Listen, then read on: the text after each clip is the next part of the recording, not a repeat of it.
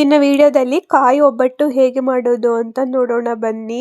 ಮೊದಲು ಅದಕ್ಕೆ ಬೇಕಾಗಿರೋ ಪದಾರ್ಥಗಳು ಹಿಟ್ಟು ಅರ್ಧ ಕೆಜಿನ ತಗೊಂತಾ ಇದ್ದೀನಿ.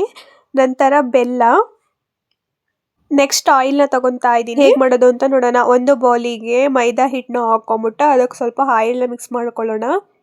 ಇಲ್ಲಿ ಜಾಸ್ತಿ ಇದ್ರೆ ಸಾಫ್ಟ್ ಬರುತ್ತೆ. ನಂತರ ಚಿರೋಟಿ ರವೆಯನ್ನು ಹಾಕೊಳ್ಳೋಣ. ನೀವು 2 ಕಪ್ ಮೈದಾ ತಗೊಂಡ್ರೆ 1 ಕಪ್ ಚಿರೋಟಿ ರವೆ ಹಾಕೋಬೇಕಾಗುತ್ತೆ. ಅದನ್ನ ಚೆನ್ನಾಗಿ ಮಿಕ್ಸ್ ಮಾಡೋಣ. ನೀರಿನ ಮುಖಾಂತರ ನೀರು ಹಾಕೊಂಡು ಚೆನ್ನಾಗಿ ಮಿಕ್ಸ್ ಮಾಡೋಣ. ಮಿಕ್ಸ್ ಮಾಡಿದ ನಂತರ ಒಂದು ಸ್ವಲ್ಪ ಜಾಸ್ತಿ ಎಣ್ಣೆ ಹಾಕೊಳ್ಳೋಣ, ಯಾಕಂದ್ರೆ ಅದು ಸಾಫ್ಟ್ ಬರೋಲ್ಲ ಹಿಟ್ಟು. ಚೆನ್ನಾಗಿ ಮಾಡ್ಕೊಳ್ತಾ ಇರೋಣ.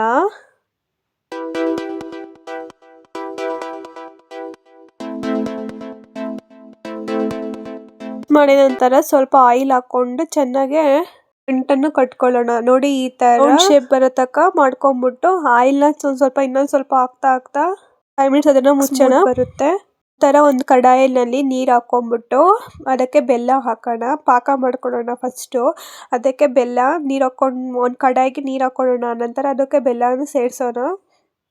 ಎಲ್ಲನ ಅಂಟಂಟು ಬರೋ ತನಕ ಚೆನ್ನಾಗಿ ಕುದಿಸ್ಕೊಳ್ಳೋಣ. ನೀವು ಹಿಟ್ಟನ್ನ ಕಲಿಸ್ಬೇಕಾದ್ರೆ ಅರಿಶಿನ ಹಾಕೊಳ್ಳಿ. ನಿಮಗೆ ಅರಿಶಿನ ಬೇಡ ಅಂದ್ರೆ ಬೇಕಾದ್ರೆ ಸ್ಕಿಪ್ ಮಾಡ್ಬೋದು. ಪುಡಿಗೆ ಕುಟ್ಬಿಟ್ಟು ಏಲಕ್ಕಿ ಹಾಕೊಳ್ಳೋಣ. ನಾನು ಹಂಗೆ ಹಾಕೊಳ್ಳಿ. ಈ ತರ ಹೇಳಿದ್ರೆ ರಬ್ಬರ್ ತರ ಬರಬೇಕು. ಈ ತರ ಸಾಫ್ಟ್ ಆಗಿ ಚೆನ್ನಾಗಿ ಎಣ್ಣೆ ಮಿಕ್ಸ್ ಮಾಡ್ಕೊಂಡ್ಬಿಟ್ಟು ಗಂಟು ಕಟ್ಟೋಣ. ನೋಡಿ, ಈ ತರ ಪಾಕ ಮಾಡ್ಕೊಳ್ಳೋಣ. ಅದು ಅಂಟಂಟಾಗಿ ಬರಬೇಕು. ಆ ತರ ಪಾಕ ಮಾಡ್ಕೊಂಡ್ಬಿಟ್ಟು ಅದಕ್ಕೆ ತೆಂಗಿನಕಾಯಿನ ತಗೊಂಡ್ಬಿಟ್ಟು ಆ ಪಾಕದಲ್ಲಿ ಹಾಕೊಳ್ಳೋಣ. ಸ್ಟವ್ ಆಫ್ ಮಾಡ್ಬಿಟ್ಟು ಒಂದು ಬಾಳೆ ಎಲೆಯಲ್ಲಿ ಹಿಟ್ಟನ್ನ ಚೆನ್ನಾಗಿ ಬಿಟ್ಟು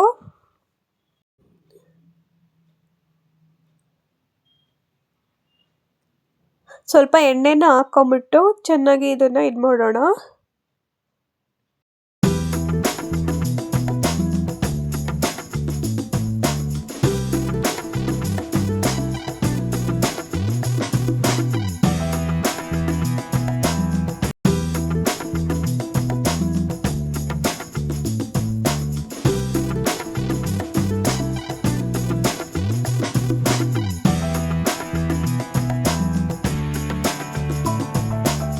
ಅದನ್ನ ಉಂಡೆ ಕಟ್ಬಿಟ್ಟು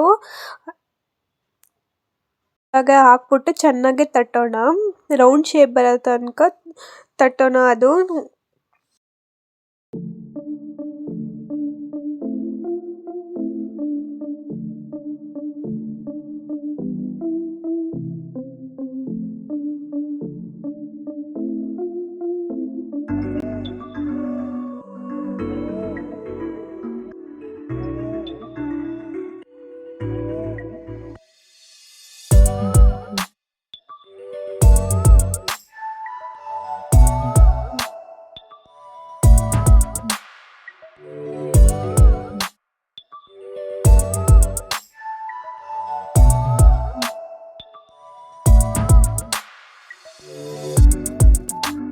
ಸ್ಟವ್ ಮೇಲೆ ತವಾ ಇಟ್ಟು ಒಬ್ಬಟ್ಟ ಸುಡೋಣ.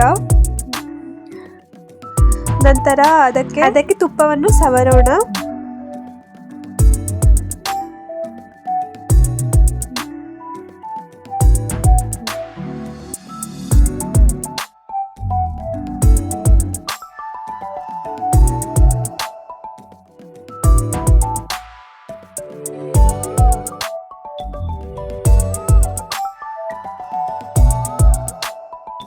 ರೆಡಿ. ಈ ವಿಡಿಯೋ ನಿಮಗೆ ಇಷ್ಟವಾದಲ್ಲಿ ಪ್ಲೀಸ್ ಸಬ್ಸ್ಕ್ರೈಬ್ ಮಾಡಿ. Thank you.